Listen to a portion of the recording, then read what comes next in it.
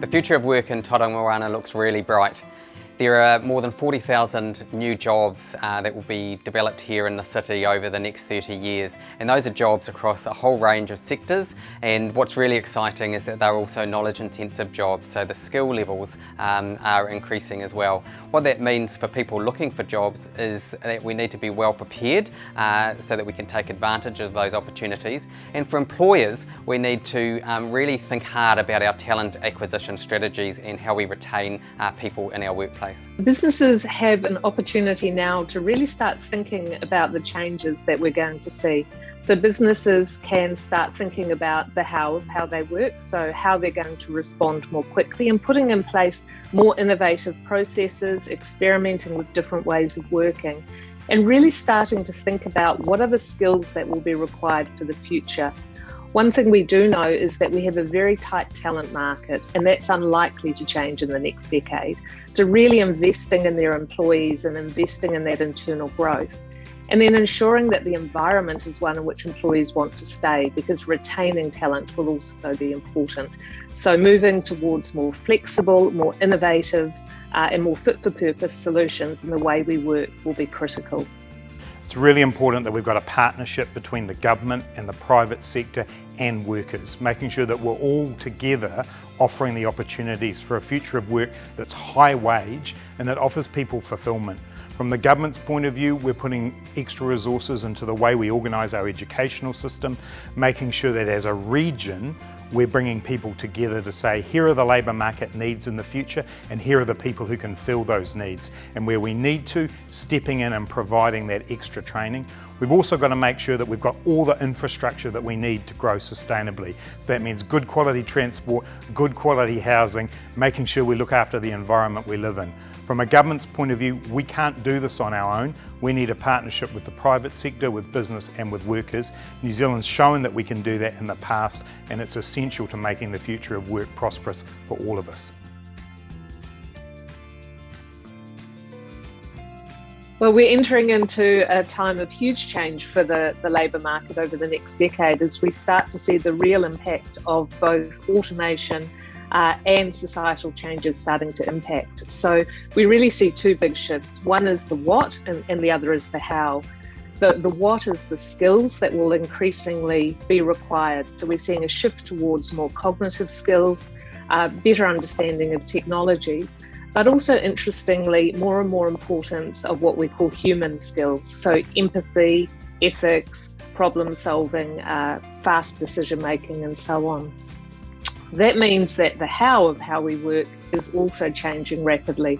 So we're seeing this big shift to organisations really understanding they need to be more responsive, as well as people wanting to work in a different way in response to some of these changes. So it's an exciting decade ahead, but not necessarily an easy one. I see the workplace as something that is always changing. I think the last 2 years are a prime example of this. Like, who would have thought that employers would be working from home, that would be zooming into work, that businesses would be out of business because of COVID. It's just such a good perspective to be put into, because it just shows that we can't predict the future always, and the workforce is something that will always be changing, and to be able to cater to this we have to be adaptable and we have to have a growth mindset, and that's exciting. We don't know what we're in for, but I think that that's the exciting thing about it. Some of the biggest opportunities that we see for the future of work that's coming at us here in Aotearoa is the ability to be more flexible.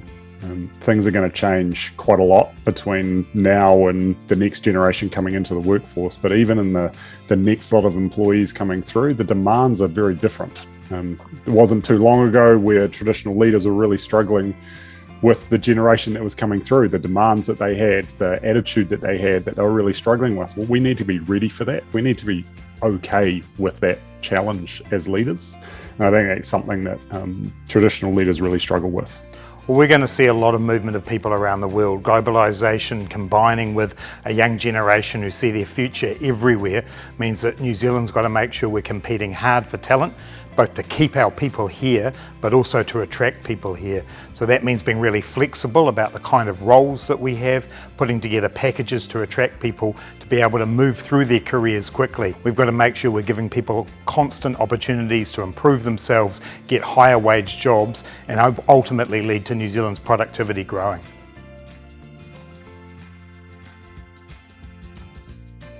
So from where I sit, there is opportunity and risk with the future of work. There is opportunity to create an environment which attracts amazing talent and retains it. So the number one thing that all of us need to be doing in this low unemployment rate Aotearoa with closed borders is retain the talent that we have.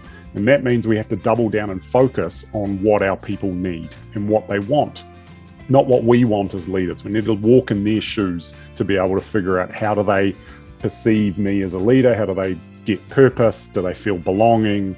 All of those type of things need to be the primary focus of leaders to retain talent first and foremost. I think an inspiring workplace would be a place where I'm excited to attend work every day. I'm excited to be around a group of motivating individuals where I'm not afraid to speak up for my ideas. I'm confident enough to go out and meet new people. Just a place that everyone looks forward to being at work and working towards a common goal with a group of good people.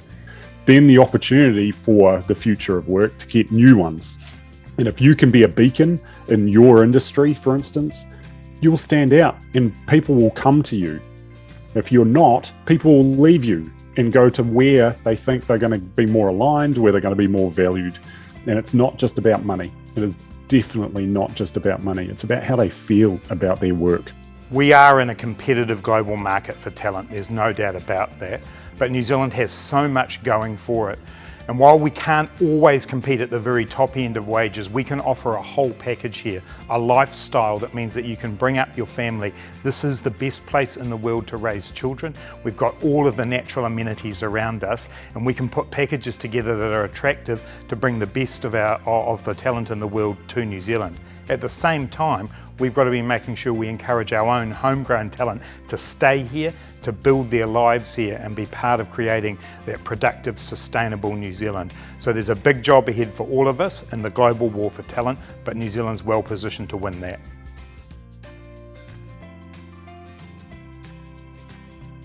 So my advice for the current workforce would be stay abreast of those trends, read widely, have a look at what's happening in your industry, and actively go after the organisations that are responding.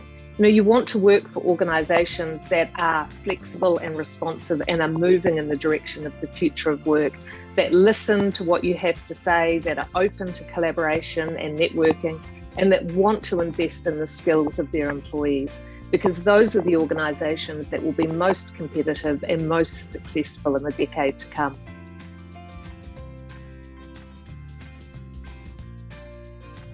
I think my message would be to encourage those people who don't know what they want to do, who don't know what workplace they want to enter, who don't know what they might want to study, just to embrace that they don't know what they want to do. I think there's such a beauty in not knowing what you want to do, because there's so many opportunities out there that it's almost overwhelming. So who even decided that we should know what we do at such a young age? So I think my message would be to just encourage those people to not have to have an idea of what they want to do.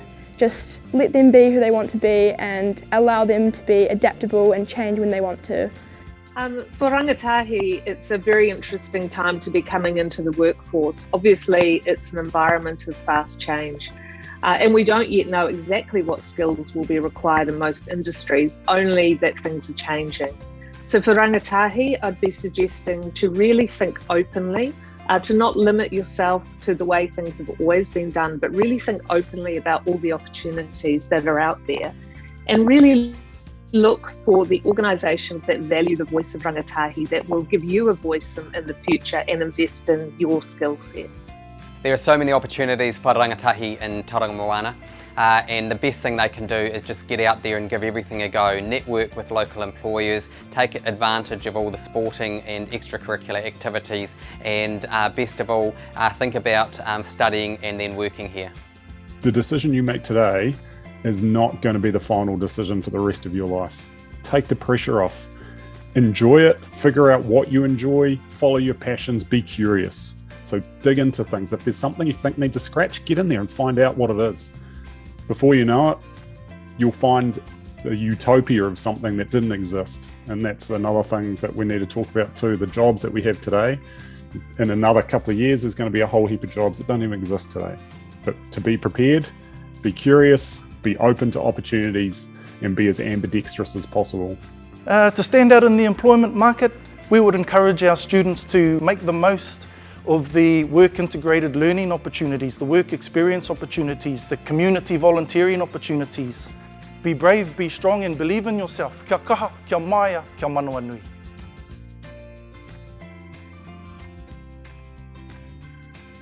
I think probably one of the most important things local employers can do is really get involved with our education sector, our schools and our tertiary institutions, so that you have early access to some of the brilliant talent that's coming through that pipeline. We don't know what the future of workplace is going to be. I think that as a student at Tauranga Girls College, I've been exposed to a range of different opportunities and experience to best prepare me for what the future might have to hold. So I think that giving ourselves the skill set to have skills such as getting along with people, being able to relate to others, just resilience is all we can do to prepare ourselves for the unknown in the future. So the important thing really in the context of Tauranga Moana is the fact that schools work quite collaboratively together. There are lots of opportunities within each individual school for students and departments and schools in general to connect young people with industry, and I think for me the shift that we've probably noticed the most, certainly since I was at school, at a local high school myself, was the shift away from what vocation means, away from connecting students directly with employers, but starting those bigger conversations about what does an industry look like? What sort of industries can I get into? Do I need a tertiary qualification? Can I be able to leave straight from school into those things? So that shift around our local schools in terms of connecting with employers isn't just getting that kid into a job. It's a much more holistic approach to the career journey of that student as they move through school.